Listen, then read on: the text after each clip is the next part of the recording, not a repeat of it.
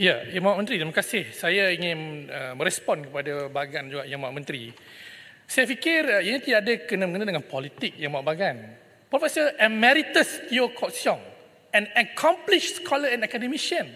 Beliau bercakap bukan baru sekali ini, dah berbelas tahun tentang isu sekolah vernakular, sekolah satu aliran dan perpaduan nasional.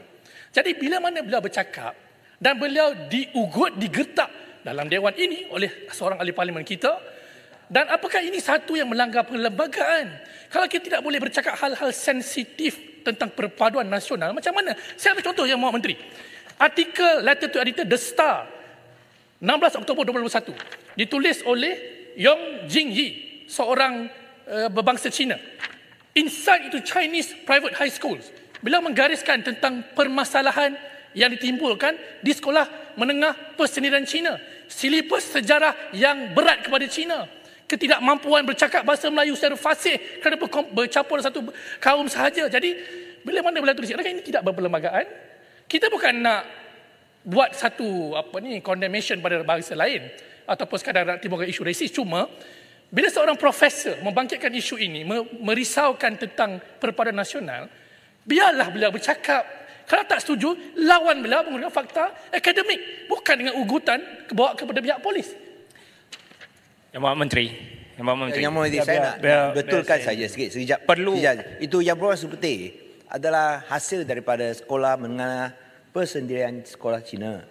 So dia pun fasih cakap dalam bahasa Cina. So tidak betul tuduhan melulu ini. Nyatakan yang datang daripada aliran sekolah ini tak boleh fasih dalam bahasa Cina.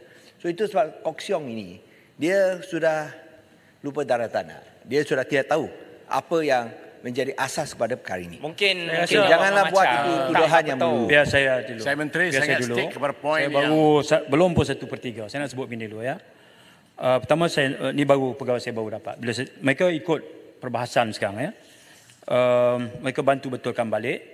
Kes ucapan Profesor Teo, kertas siasatan baru saja dibuka di bawah Seksyen 505 Kanun Keseksaan dan Seksyen 233 Akta Komunikasi Multimedia. Itu ada ya. So saya akan update dari masa ke semasa. Baik, saya nak sebutkan begini.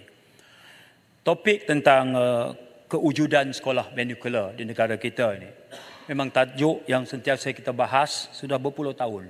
Ada pandangan pro, ada pandangan kontra. Ada kelebihan, ada kekurangan. Okey.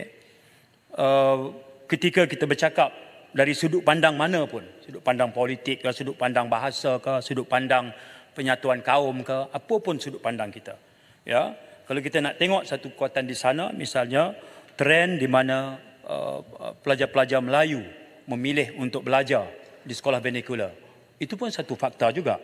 Ya, ketika kritiknya ada, tetapi ada juga kelebihan yang masyarakat bila diberi pilihan, ada juga dalam jumlah yang besar sekarang memilih. Jadi saya fikir keadaan itu biar kita terima begitu dulu.